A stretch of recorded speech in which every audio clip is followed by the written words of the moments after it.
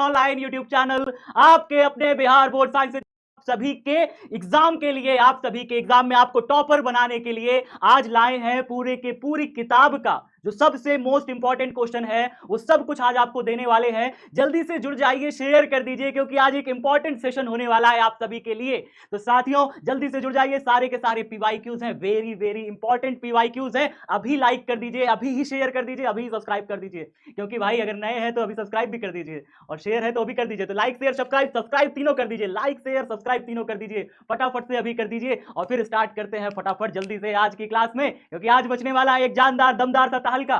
आज है हमारा most important and selected question जो कि बिहार बोर्ड में आपको कराएगा टॉप, बिहार बोर्ड में आपके सपनों को पूरा करेगा। आप जानते हैं 35 नंबर का होता है हमारा ऑब्जेक्टिव, 35 नंबर का ऑब्जेक्टिव है तो 35 में से 35 लाने की तैयारी आज से ही शुरू होगी आपके अपने channel Bihar board science Vidyakul पे। और फिजिक्स से आपका डर एकदम दूर कराऊंगा। आज सारे इंपॉर्टेंट ऑब्जेक्टिव बताने वाला हूं, बिना देर किए स्टार्ट कर रहा हूं आप सभी के लिए। शेयर कर दीजिए, नहीं किए हैं तो लाइक कर दीजिए अभी ही, अगर नहीं किए हैं तो। चलिए स्टार्ट करते हैं फटाफट से। पहला क्वेश्चन आने वाला है, लेकिन क्वेश्चन स्टार्ट होगा बुक 2 से। बुक 1 से आप बहुत सारा पढ़ लिए हैं तो क्वेश्चन स्टार्ट करेंगे बुक 2 से, ना कि बुक 1 से। तो जल्दी जल्दी शेयर कर दीजिए। बुक 2 पहले खत्म करेंगे फिर उसके बाद बुक 1 खत्म करेंगे, तो पहले बुक 2 का पूरा फिर बुक 1, ठीक है। चलिए तो स्टार्ट कर रहे हैं। पहला क्वेश्चन आ गया है, जल्दी से शेयर करिए फटाफट से। कैसे हैं आप सभी, एक बार सारे साथी जुड़ जाइए। गुड आफ्टरनून आप सभी साथियों को, कैसे हैं कैसे हैं?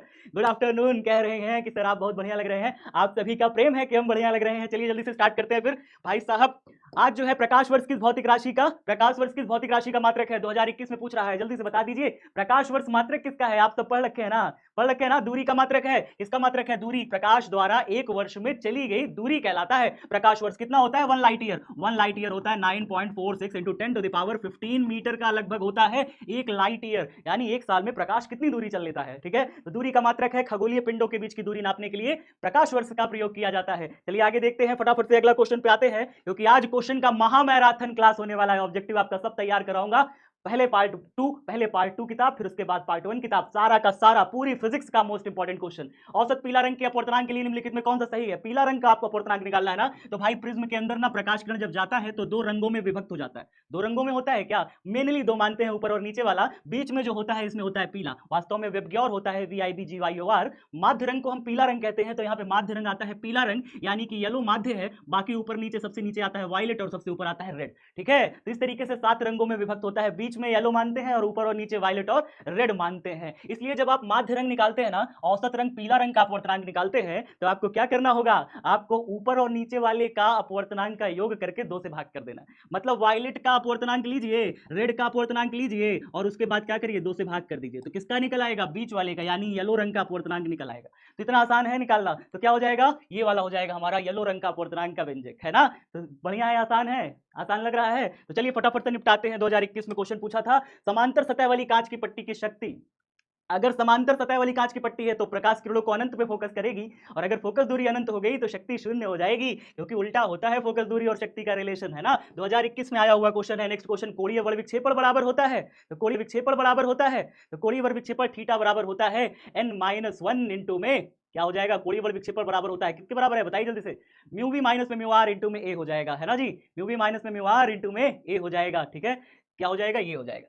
कैसे होगा, कैसे होगा सर, ऐसे होगा। कोणीय बल विक्षेपण थीटा बराबर क्या होता है, थीटा बराबर होता है डेल्टा, जो हमारा वायलेट बनता है उसमें से हम डेल्टा क्या किसको घटा देते हैं, रेड को घटा देते हैं। ये होता है कोणीय बल विक्षेपण, है ना जी। अब इसमें क्या करेंगे, अब इसमें क्या करेंगे, अब हम लोग इसमें डेल्टा वी की जगह क्या रखेंगे, एन वी माइनस में 1 इंटू में ए, और साथ ही साथ डेल्टा आर क्या लिखते हैं, डेल्टा आर लिखते हैं एन आर माइनस में 1 इंटू में ए। अब यहाँ पे 1 चाहे तो आपका ए कॉमन ले लीजिए दोनों पक्षों में। अगर आप दोनों पक्षों का ए कॉमन ले लीजिएगा तो यहाँ पे हो जाएगा एन वायलेट माइनस में 1, और यहाँ पे माइनस का एन आर, और माइनस माइनस ये हो जाएगा प्लस का 1, ये कट जाएगा अंदर, एन वायलेट माइनस में एन आर और इंटू में ए। एन की जगह आप म्यू लिख लीजिए, कोई दिक्कत नहीं है, एन की जगह म्यू लिख लीजिए, कोई दिक्कत नहीं है। क्या हो जाएगा, एन बी माइनस में एन आर इंटू में ए हो जाएगा।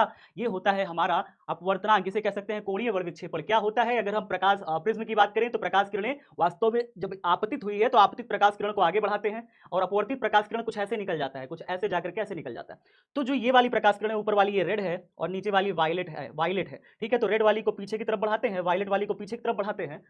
यहाँ पे रेड द्वारा जितना विचलन हुआ है वो है डेल्टा रेड, और यहाँ पे जो वायलेट वाला द्वारा विचलन हुआ है वो है डेल्टा वायलेट। ठीक है, इन दोनों में से दोनों को घटा देते हैं। चलिए नेक्स्ट आते हैं आगे। अब ऑप्टिकल फाइबर किस सिद्धांत पे कार्य करता है, क्या आप सभी जानते हैं? ऑप्टिकल फाइबर कार्य करता है पूर्ण आंतरिक परावर्तन के सिद्धांत पर। पूर्ण आंतरिक परावर्तन, टोटल इंटरनल रिफ्लेक्शन के सिद्धांत पे कार्य करता है। 2016 में क्वेश्चन पूछा था, प्रकाश के अनुप्रस्थ तरंग की प्रकृति क्या होती है, जरा से बता दीजिए। तो प्रकाश के अनुप्रस्थ तरंग की प्रकृति की पुष्टि करता है ध्रुवण। क्या पुष्टि करता है? ध्रुवण। टूरमैलिन एक्सपेरिमेंट जो है वो पुष्टि करता है प्रकाश के अनुप्रस्थ प्रकृति, यानी कि प्रकाश कुछ इस प्रकार से चलता है माध्यम में, कुछ इस प्रकार से माध्यम में चलता है ना। तो ये पुष्टि कौन करता है? ध्रुवण पुष्टि करता है। जब प्रकाश एक किरण ग्लास स्लैब में प्रवेश करती है तो इसका तरंग दैर्घ्य, जब प्रकाश किरण ग्लास स्लैब में प्रवेश कर जाएगी ना तो इसका तरंग दैर्घ्य घट जाएगा। क्या हो जाएगा? घटता है साथियों। वायु से अगर ग्लास स्लैब में गई प्रकाश किरण तो इसका तरंग दैर्घ्य क्या हो जाएगा बताइए? तो इसका तरंग दैर्घ्य घटता है। 3 साल पूछा है लगातार, देख लीजिए इंपॉर्टेंट क्वेश्चन लाए ना, तो आने का संभावना है कि नहीं इसका? बता दीजिए, आने का संभावना है ना जी। जो 3 साल 4 साल लगातार पूछा हो ऐसे प्रश्न तो पढ़ने ही पढ़ने चाहिए, क्योंकि इनके आने की प्रबल संभावना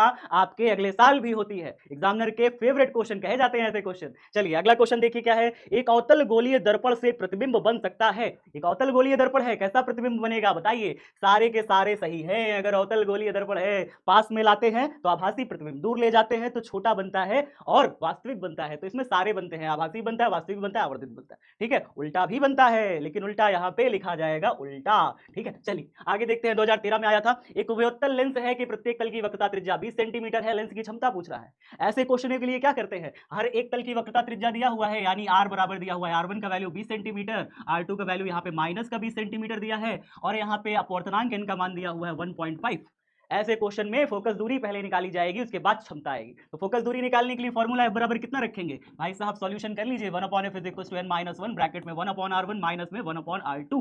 ये फॉर्मूला लग जाएगा। n की जगह रखेंगे 1.5, 1.5 में से 1 घटा देंगे तो आएगा 0.5 आएगा, इंटू में 1/r1, R1 की जगह 20 रखेंगे, R2 की जगह रखेंगे माइनस का 20 रखेंगे, माइनस माइनस प्लस हो जाएगा, तो ये हो जाएगा 2/20, इंटू में 0.5 को रखेंगे 1/2 कट जाएगा, कितना हो जाएगा 1/f, 1/f बराबर आ जाएगा 20 सेंटीमीटर, और अगर इसे पलट दिया तो 5d आ जाएगा।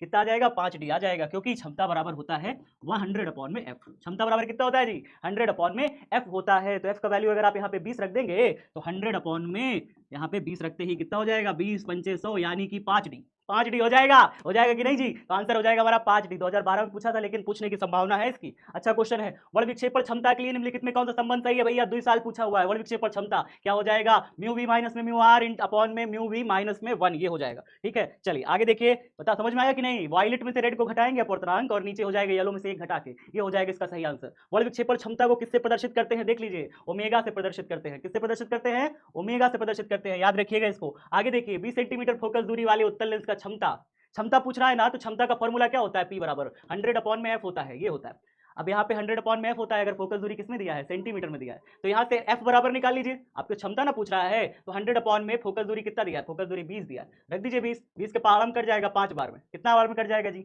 5 बार में कट जाएगा। ठीक है, तो 5d हो जाएगा ना जी? कितना हो जाएगा? 5d, 5 dioptre, 5 dioptre. और अगर इससे क्वेश्चन पूछ ले कि लड़का आपने हाई स्कूल में पढ़ रखा है, डायोप्टर होता है, क्या होता है जी? डायोप्टर होता है, अच्छे से पढ़ लीजिए। आगे देखते